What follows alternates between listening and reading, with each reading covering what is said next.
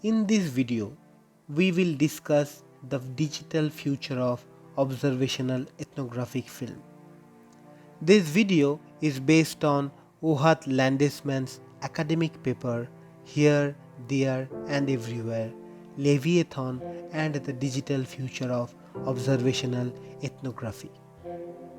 Ohad Landesman is a film scholar who specializes in documentary cinema in the digital age and animation. He is a lecturer in film studies at the Steve Tisch School of Film and Television at Tel Aviv University.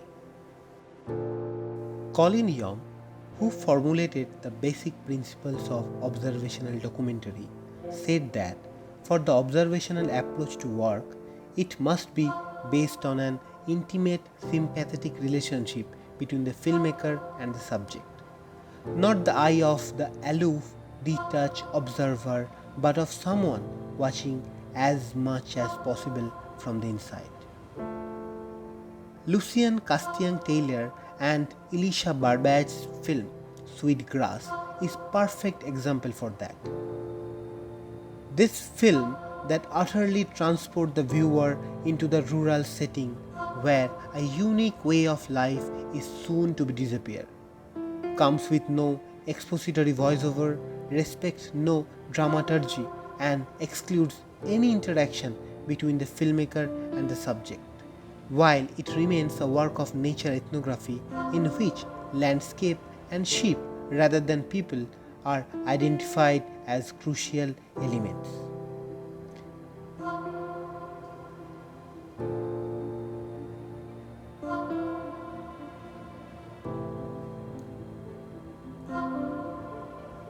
Sweetgrass director Lucien Castian-Taylor is a British anthropologist. Since 2002, he has taught at Harvard University, where he is director of Sensory Ethnography Lab. His works include In and Out of Africa, which he made with Elisa Barbage in 1992. It is an ethnographic video about the issues of authenticity, taste and radical politics in the African art market that won 8 international awards. He is the founding editor of American Anthropological Association's journal Visual Anthropology Review, incidentally where this paper has been originally published.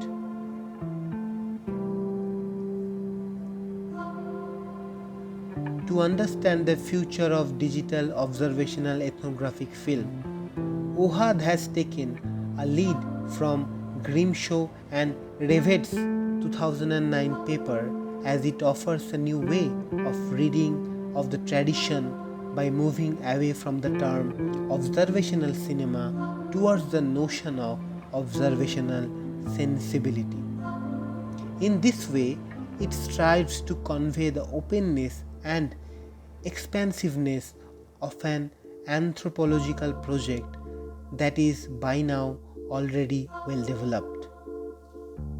Ohad refused to discuss Leviathan in a phenomenological way.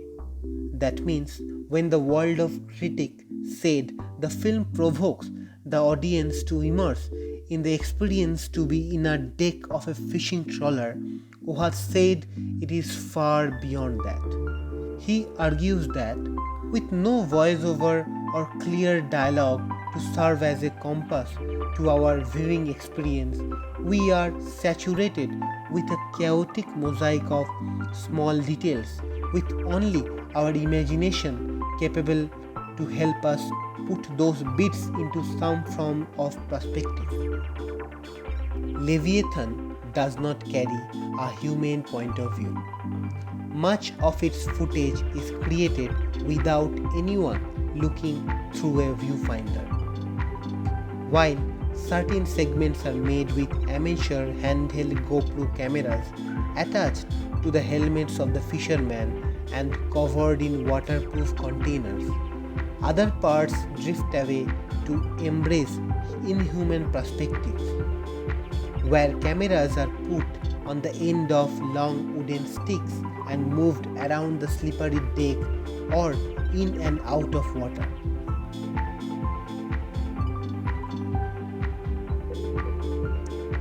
In an intense effort to film from impossible positions and angle, casting Taylor and Paravels are not only really interested in imitating or simulating familiar patterns of human perception, nor do they wish to simplify augmented human vision with digital means in a Vitruvian manner.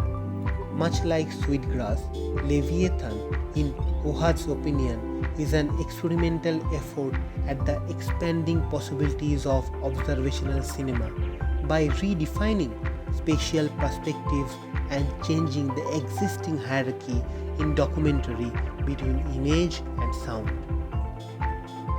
In one particular striking example, the camera emerges from within the storming ocean, rises up to capturing flying seagulls, dives back into the water, and so forth. The viewer, trapped between water and sky, is suggestively asked to build in his mind a superimposed image of those separated spaces. Leviathan unfolds as a sound image spectacle that in many ways operates beyond the familiar crisis structure, intentional gaze, and performed social gesture that we associate with direct cinema. By capturing a wounded bird, hopelessly trying to climb the deck until it is forced to stumble back to the ocean, or a beer can swept as waste together with the dead fish, Leviathan reassembles reality from its leftover traces and opens up a space for further contemplation.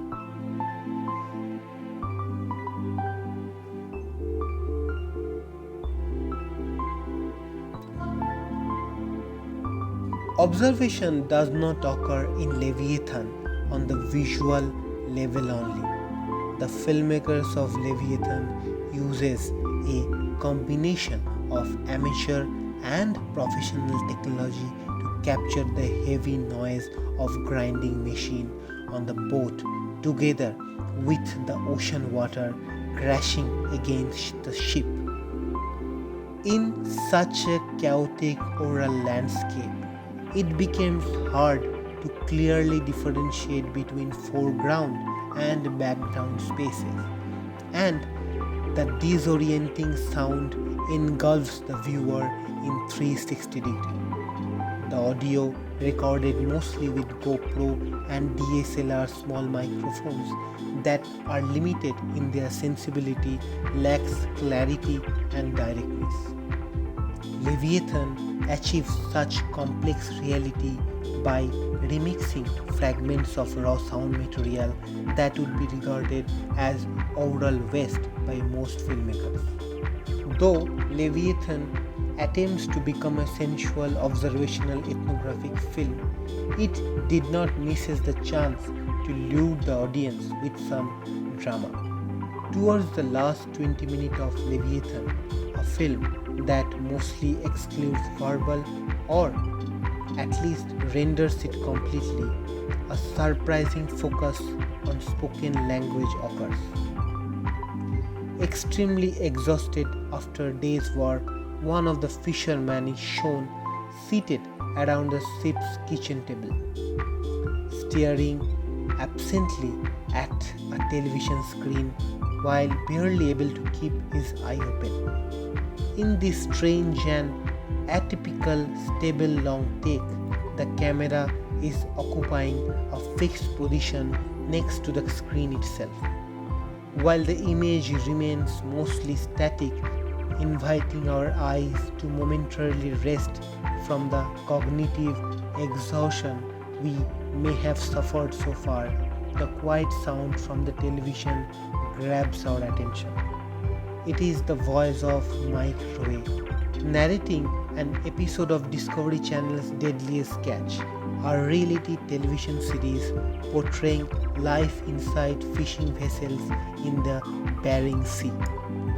The humorous pairing between this conventional dramatized and authored show and the alternative open-ended film that we are currently watching is a clever hint about the different ways of addressing our experience in the world on film.